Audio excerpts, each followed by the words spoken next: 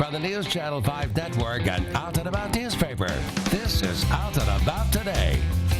Sponsored by the Tennessee Performing Arts Center. Well, hello, I'm Chuck Long, and thanks for joining us on Out and About Today. Tonight, Brent will be previewing an exciting new exhibit at the Frisk Center. But first, it's Hot Topics on Buzz About, and we've got everything from hot newcomer Troye Sivan to the queer legacy of Prince. Joining me, my co-host Brent Meredith, and special guest panelist, Nashville and Harmony director Don Schlosser. Great to have you guys. Thank you. Great to be here. Lots to talk about. We're going to do 2 Buzz About segments. We've got so much to talk about. So we're going to dive right into it. Now, one of the hot newcomers that we were mentioning at the top, Troye Sivan. One thing that I think is so great is as these young artists come onto the scene, they come out, as a lot of them, as soon as they do, and then they're able to help others. So kind of what's your feeling on that? How does that make you feel? I really celebrate that. I mean, I think what would have been for me when I was that age, if I had had a role model like that who was out. But for somebody at my age, we had to hide and we had to go back in the closet, and we just thought we'd never see the day when it could be out in the open. So I celebrate the fact that that person can do that and free up then, and make it possible for teenagers to be able to self-identify and to figure themselves out and be honest. Right. Well, and on top of that, it's nice to just be able to see where their music takes them too, so they don't have to necessarily, they can actually have, say what they want to say in the message of their music, not so subvertly, they can be overt about it. Right. Exactly. And Troye Sivan has a big hit out right now called Youth. It's a great song. He was on James Corden recently, and he talked about, though, how in concert he was able to help another girl who was coming out. So take a look, and we'll talk about it on the backside. And I opened it in front of everyone, and it said, please read this aloud. First, I read it to myself just in case it was going to be something, horrible. Yes. And it said, Kelly is bisexual, and then in brackets it said, my mum's in the audience.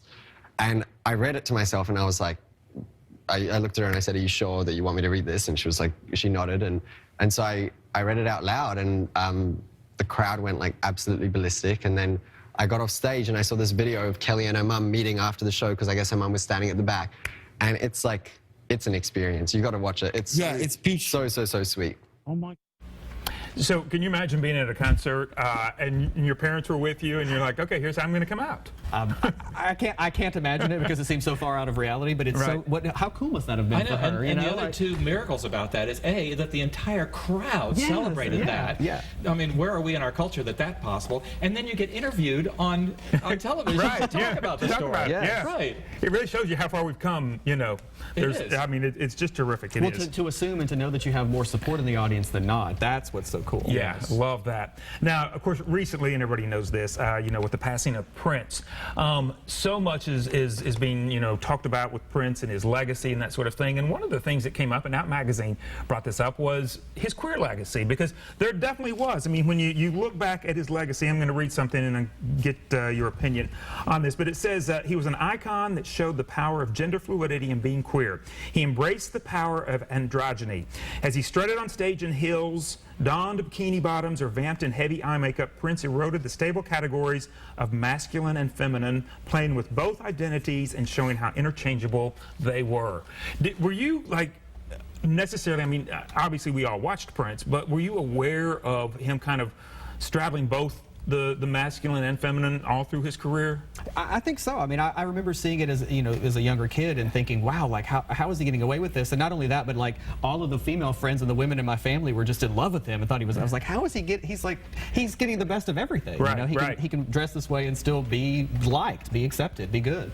Yeah, I was just thinking, though, that for me, it wasn't about the gender.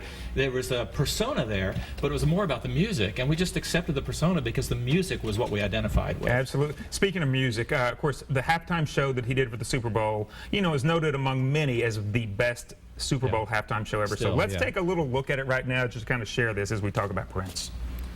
I never meant to cause you any sorrow.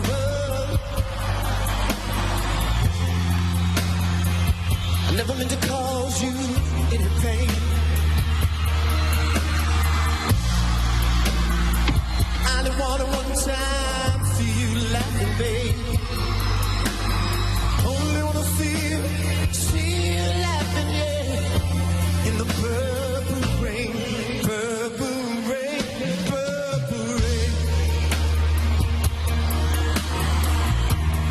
Purple rain, purple rain. That's alright. Come on, y'all.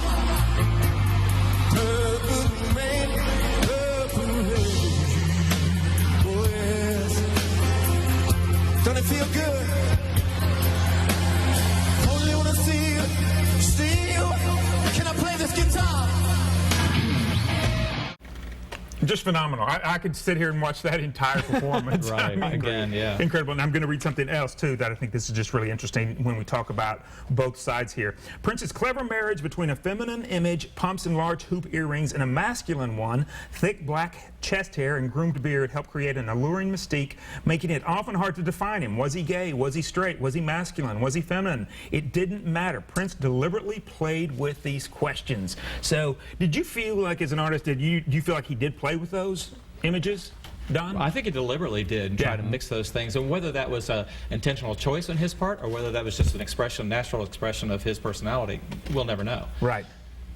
What about you? What were some of your favorite Prince songs, performances? Well, I mean, I grew up, I remember Purple Rain, Little Red Corvette I used to play a lot, Raspberry Beret was another favorite, and again, to Don's point earlier, like you hear those songs and I would connect with them and I liked them, and then you would see a live performance and you would see him and you're like, man, I didn't put those together, but wow, I'm liking it, I'm loving it because it's him, because I like the music. Yeah. And again, it really seemed to speak to me, like, how is he getting away with this? I always kind of admired that, because you know, where I grew up, you know, you wore what everybody else wore. You looked like everyone else. Right.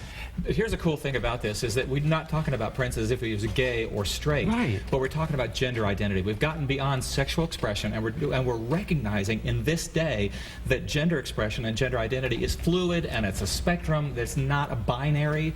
And to have this opportunity to have this conversation about Prince, and then to see that as a part of our culture. That is a great point, really is. All right, we have much more to talk about, so we are going to be back on Out and About today. We continue our trending topics conversations, discussing that Mount Juliet pastor's tirade against Target's transgender bathroom policy. But up next, we are going to talk to you about something more, and that is something more pleasant. That is Tegan and Sarah. They've got a new CD, and they're coming to Music City, so come on back with us.